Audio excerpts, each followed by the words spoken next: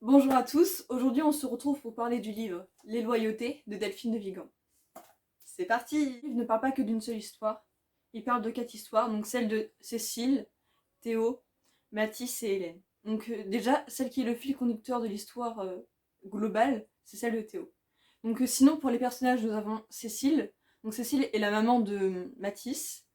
Elle a découvert un gros secret sur son mari et elle sait pas trop comment réagir et depuis elle se sent pas très bien à tel point qu'elle va changer petit à petit, on va voir justement son évolution.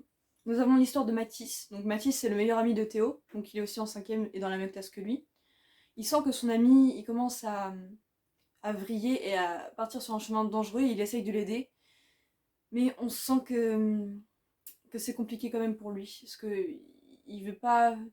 Parce qu'en fait au début ils ont un jeu d'alcool entre guillemets, donc c'est-à-dire qu'ils consomment de l'alcool caché dans le collège, ils trouvent ça marrant, ils trouvent ça très amusant.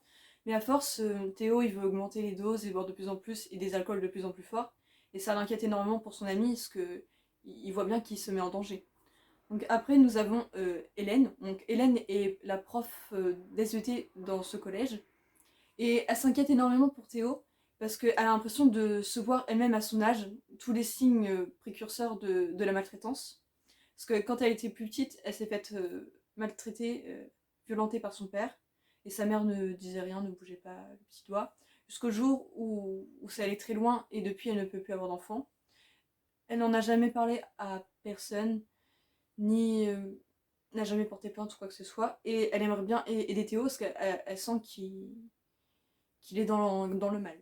On va voir à tel point qu'elle est impliquée dans cette histoire qu'à la fin, ça aura des répercussions graves pour elle. Est-ce qu'elle va devoir se mettre en congé maladie pendant un mois parce qu'elle s'est tellement impliquée dans cette histoire que qu'elle en a eu des soucis avec la prof de PS et avec la direction en général du collège. Et même son ami qui est aussi professeur Frédéric lui a dit de se reposer parce qu'elle elle s'impliquait trop. Puis nous avons le personnage principal du coup, Théo. Donc Théo c'est un enfant du divorce, donc qui est en garde alternée. Mais le problème, c'est qu'il n'y avait pas une très bonne entente entre ses parents, parce que sa mère ne veut plus du tout entendre parler de son père, et même quand il revient de chez son père, on sent que c'est pas totalement ça avec sa mère, c'est que elle le rejette un peu, parce qu'il est passé la semaine chez l'ennemi, entre guillemets. Et son père, ça ne va pas du tout, parce que lui, il est en pleine dépression, donc il a perdu son travail il y a 3 ans, depuis il s'est totalement dû laisser aller, il reste cloîtré chez lui, tout est en désordre, en bazar. D'ailleurs, il a presque plus d'argent, donc quand il va chez son père, et ben, il n'est pas sûr de pouvoir manger à sa faim, ni de pouvoir manger. Et c'est très compliqué pour lui. Et d'ailleurs, Théo, justement, au début de l'histoire, on voit qu'il commence à avoir des problèmes avec l'alcool pour pouvoir oublier tous ces problèmes-là.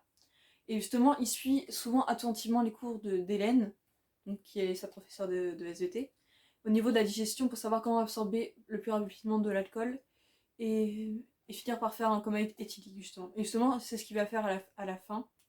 Mais sa professeure, je l'espère, arrive à temps pour le sauver. Voilà. En fait, justement, les loyautés, je trouve que c'est quand même très bien expliqué dans ce livre. Parce que au début, juste le début, c'est écrit les loyautés. Ce sont des liens invisibles qui nous attachent aux autres, aux morts comme aux vivants. Ce sont des promesses que nous avons murmurées et dont nous ignorons l'écho. Des fidélités silencieuses. Ce sont des contrats passés le plus souvent avec nous-mêmes. Des mots d'ordre admis sans les avoir entendus. Des dettes que nous abritons dans les replis de nos mémoires. Et justement, nous pouvons voir les loyautés s'exercer justement dans ce livre, justement avec Hélène et Théo, où on sent qu'elle va tout faire pour l'aider et que justement, comme elle sent que son histoire, ça résonne dans elle-même, justement, on sent justement que les loyautés, elles sont ancrées dans Hélène pour aider Théo, parce que pour elle, son histoire, elle se reflète avec celle de Théo. Par exemple aussi, il y a Mathis avec les loyautés avec Théo pour pouvoir l'aider, pour faire son maximum parce qu'il sent que son ami ne va pas bien. Les loyautés aussi d'une mère envers son fils, donc de Cécile envers Mathis, qui veut, qui veut tout simplement que son fils aille bien. Et on sent aussi par exemple les loyautés de Cécile et son mari qui sont en train justement de se briser, justement à cause des lourds secrets de son mari. Et justement ce titre il montre la complexité des relations humaines. et que comment on peut acquérir toutes ces loyautés. J'ai bien aimé par contre, c'est le passage où justement on a vu que Mathis et Théo partageaient justement un secret, ce qui a renforcé leur lien d'amitié entre guillemets, même si Théo en avait un peu honte, c'est quand Mathis l'a aidé à rentrer chez lui, chez son père, et qu'il a vu ce qui se passait chez son père et tout. Et pour ça que ça a été un de mes passages préférés, parce que même si Théo a honte, il sait qu'il peut compter sur Mathis pour ne rien se dire et toujours rester le même avec lui. Par contre, un passage que je n'ai absolument pas aimé, c'est quand Hélène va voir la prof de sport. Et j'ai détesté ce personnage, la prof de sport, parce que elle est, je trouve, assez méchante, elle fait du favoritisme envers certains élèves, elle dénigre certains élèves, alors que Théo, le problème c'est qu'il avait oublié son jogging parce que chez son père il en avait pas, il était resté chez sa mère et il était dans l'incapacité totale de pouvoir en avoir un.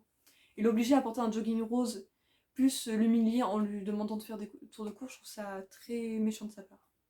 Voilà, la vidéo est terminée, j'espère qu'elle vous a plu. N'hésitez pas à me dire ce que vous avez pensé aussi de ce livre et on se retrouve pour une prochaine fois. Au revoir!